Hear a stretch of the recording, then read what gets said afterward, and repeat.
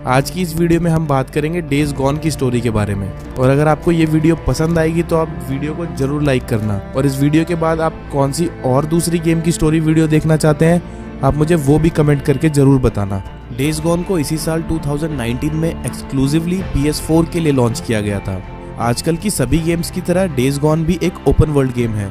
Guys, अगर आप channel पर पहली बार आए हैं तो हम चैनल पर ऐसी गेम्स की हिंदी स्टोरी वीडियोस कवर करते रहते हैं। अगर आपको ऐसी और भी वीडियोस देखना पसंद है तो चैनल को जरूर सब्सक्राइब करना, और ये वीडियो पसंद आने पे वीडियो को भी जरूर लाइक करना। गाइज, स्टोरी वीडियो शुरू करने से पहले मैं आपको गेम के प्लॉट के बारे में समझा देता हूँ, जो कि एक वर्ल्ड वाइड बहुत बड़े स्केल पर हुई महामारी और उसके बाद की सर्वाइवल लाइफ पर बेस्ड है। गेम के अंदर वर्ल्ड वाइड एक बहुत बड़े स्केल पर एक वायरस स्प्रेड होने लगता है, जिसकी वजह से सब लोग इस वायरस से इन्फेक्टेड होकर नरभक्षी क्रिएचर बनने लगते हैं, जो ह्यूमंस को भी खाना स्टार्ट कर देते हैं। और बचे हुए लोग अपनी जान बचाने के लिए और उस इन्फेक्शन से बचने के लिए बड़ी बड़ी आबादी वाले शहरों को छोड़ के सर्वाइवल के लिए जंगलों की तरफ बढ़ने लगते हैं। गेम का मेन प्रोटैगनिस्ट, जिसका नाम डिकन सेंट जॉन है। और गाइज, डेज गॉन गेम में दो डिफरेंट टाइप के एंटागोनिस्ट हैं। एक जो वायरस से इन्फेक्टेड है, जिन्हें फ्रीकर्स कहा जाता है, और दूसरे रिपर्स। वैसे तो रिपर्स इन्फेक्टेड नहीं है, पर ये फ्रीकर्स की पूजा करते हैं क्योंकि उन्हें लगता है कि इन्फेक्टेड होना गॉड ब्लेस है, जिनके बारे में हम वीडियो में आगे बात करेंगे।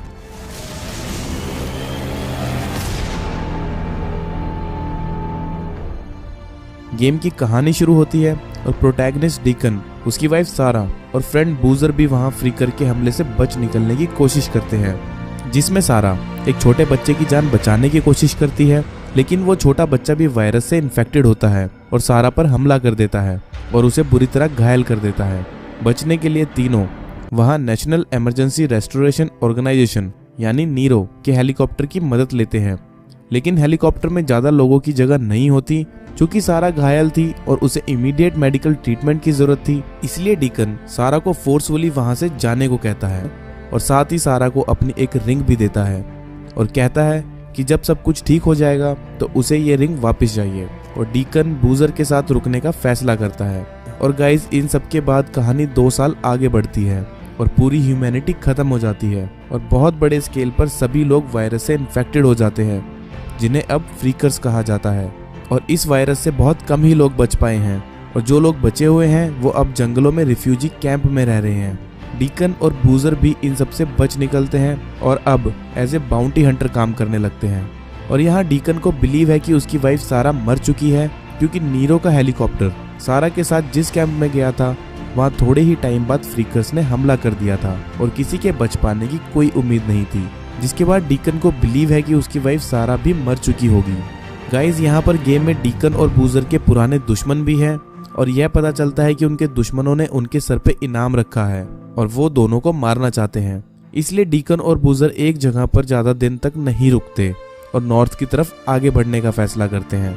और इसी सफर के दौरान बूजर पे कुछ लोग हमला कर देते हैं और इन लोगों को रिपर्स कहते हैं। गाइज, ये रिपर्स ग्रुप गेम का दूसरा एंटागोनिस्ट ग्रुप है, जो फ्रीकर्स यानी इन्फेक्टेड हुए लोगों को अपना गॉड मानते हैं। और रिपर्स को लगता है कि इन्फेक्टेड होना गॉड ब्लेस है और सबको इन्फेक्टेड हो जाना चाहिए, और इसीलिए उन्होंने ये ग्रुप बनाया। रिपर्स खुद को भी टॉर्चर करते हैं और जो ग्रुप में शामिल होने से मना करता है ये उसे भी बहुत टॉर्चर करते हैं। और रिपर्स फ्रीकर्स के सामने अपने आप को सरेंडर कर देते हैं ताकि फ्रीकर्स उन्हें खा सके।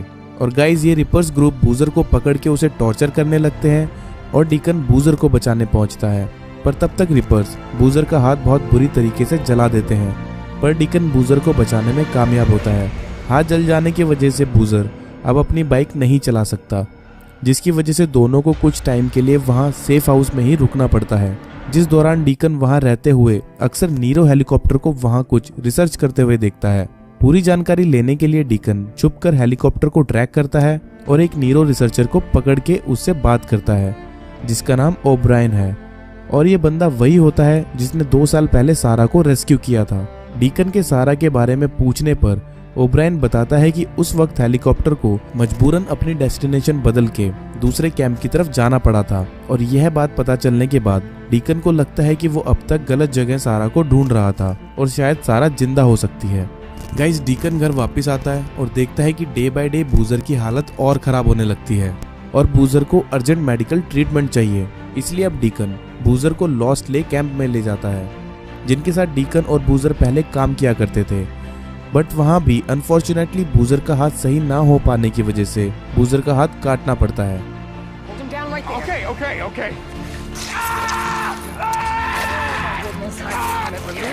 No, he's losing too much blood. You gotta stop. He's losing too much blood. Hand me the ball. Oh, no. Boozer, come on, man. Come on. Hold it. You're okay, pal. Where? Where do I hold him? Just hold him right there. Stop panicking and Ryan!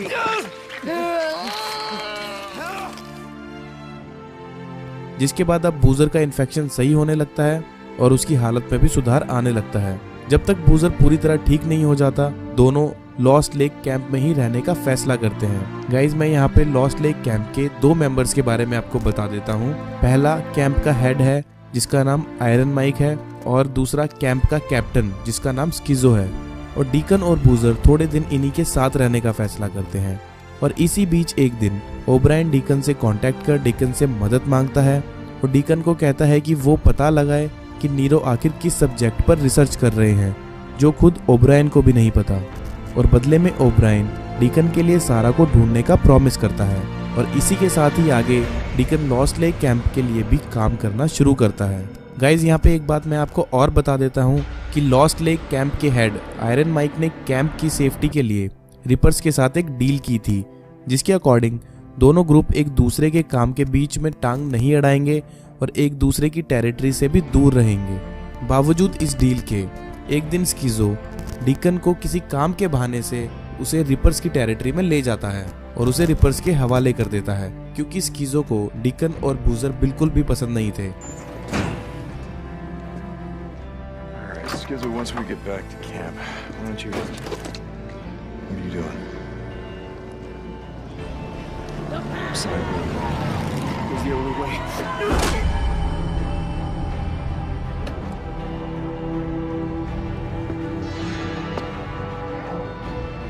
You know who I am? No. जहां अब reapers deacon को पकड़ लेते हैं और उसे torture करते हैं। Took a torch to Jesse. That was a long time ago. We didn't really get... और यहाँ पे डीकन को पता चलता है कि रिपर्स का हेड कोई और नहीं बल्कि डीकन का पुराना दुश्मन कार्लोस है, जो आउटब्रेक से पहले डीकन और बूजर के साथ ही काम किया करता था। पर डीकन मौका मिलते ही वहां से बच निकलता है और अपने सामने आने वाले सभी रिपर्स को मारते हुए लॉस्ट लेक कैंप तक पहुंचता है और आयरन माइक को ये सब बात बता देता है। थोड़ी देर बाद ही डीकन को पकड़ने रिपर्स भी लॉस्ट लेक कैंप में आ जाते हैं, पर आयरन माइक डीकन को सपोर्ट करते हुए रिपर्स को वहां से जाने की धमकी देता है और स्किजो को भी उसकी गद्दारी की वजह से उसे लॉस्ट लेक कैंप से निकाल दिया जाता है। लेकिन अब डीकन रिपर से अपना बदला लेने के लिए बूजर की मदद लेता है और रिपर्स की बस्ती के ऊपर वाले डैम को ओपन कर देता है, जिसकी वजह से वहाँ रिपर्स का सफाया हो जाता है, जिसमें कार्लोस भी मारा जाता है।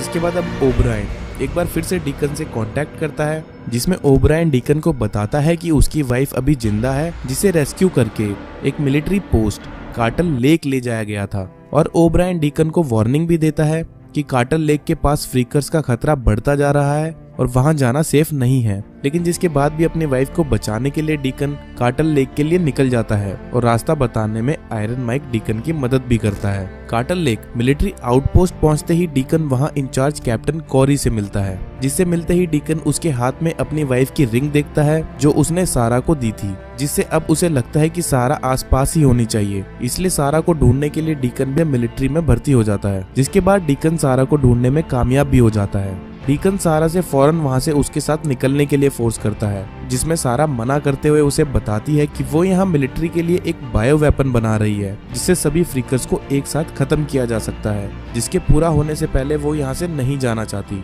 इसलिए डीकन भी अब सारा के साथ वहीं रुककर उसकी मदद करने का फैसला करता है। अपने एक्सपेरिमेंट की टेस्टिंग के लिए सारा डीकन को एक जिंदा फ्रीकर्स को पकड़ के लाने को कहती है। जिंदा फ्रीकर्स पर कुछ टेस्टिंग करने के जस्ट बाद वो मर जाता है जिसकी वजह से सारा बहुत अपसेट हो जाती है और बताती है कि दरअसल सारा सबसे छुपकर फ्रीकर्स को मारने के लिए नहीं बल्कि उन सभी को ठीक करने के लिए रिसर्च कर रही थी। और इन सब के बाद ही वहाँ कॉर्नल किसी सिक्योरिटी पर्पस की वजह से सारा को अंडर प्रोटेक्शन कस्टडी में रखवा देता है, जहाँ से अब सबसे बच के निकलना अब इम्पॉसिबल सा हो जाता है। लेकिन फिर भी डीकन और सारा वहाँ से निकलने की कोशिश करते हैं। लेकिन गाइस तभी एक बड़ी मुसीबत डीकन के सामने आ जाती है।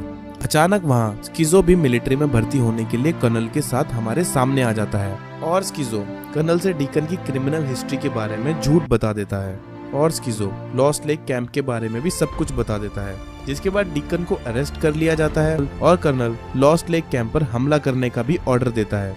I am telling you, he is a spy. Matt, this guy's crazy. You've never seen him before. Lieutenant, He comes out of nowhere and you're gonna believe What's him? that camp you're saying I'm from? You think Lost I'm lying? what the Is fuck? that it?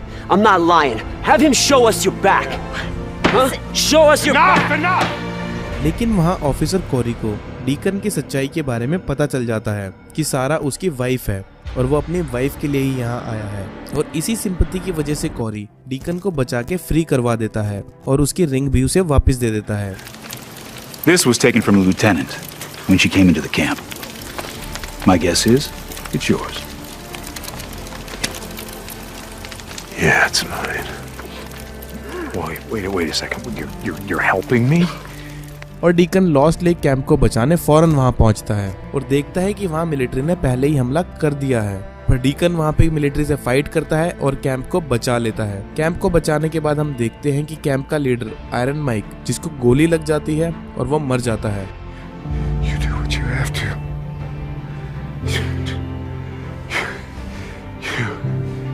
You keep this camp safe.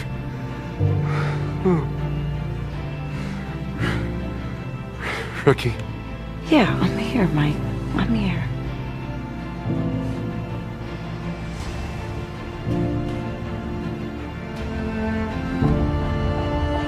Mike? Mike?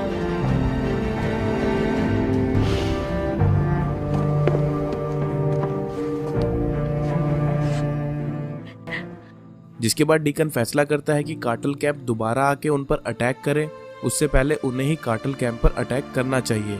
जिसके लिए deacon बूजर की मदद लेता है और बूजर एक bomb से loaded truck के साथ कार्टेल कैंप में घुस जाता है। Hey, Boozer, we gotta jump!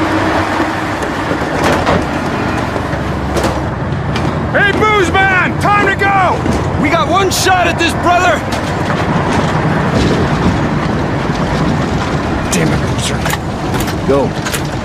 Get your old lady.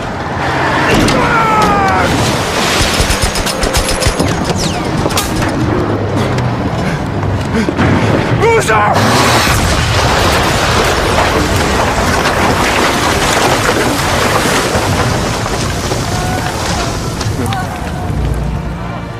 जिसके बाद डीकन वहां स्किज़ो को ढूंढ के उसे मार के अपना रिवेंज ले लेता है और साथ ही डीकन कर्नल को भी मार देता है और सारा को भी बचा लेता है। और ये सब कुछ खत्म होने के बाद अब डीकन लॉस्ट लेक कैंप का न्यू लीडर बनता है और अपनी वाइफ सारा, बूजर और बाकी सभी दोस्तों के साथ वहां रहने लगता है। तो गाइज यही थी डेज गॉन की पूरी स्टोरी। आई होप कि आपको कहानी बहुत पसंद आई होगी। गाइज अगर आपको ये वीडियो पसंद आई है तो आप वीडियो को जरूर लाइक करना और ऐसी और भी स्टोरी वीडियोस के लिए चैनल को जरूर सब्सक्राइब करें। और आप मुझे कमेंट करके ये भी बताएं कि आप अगली कौन सी गेम की स्टोरी वीडियो देखना चाहते हैं। और मैं मिलूंगा आपसे अगली वीडियो में।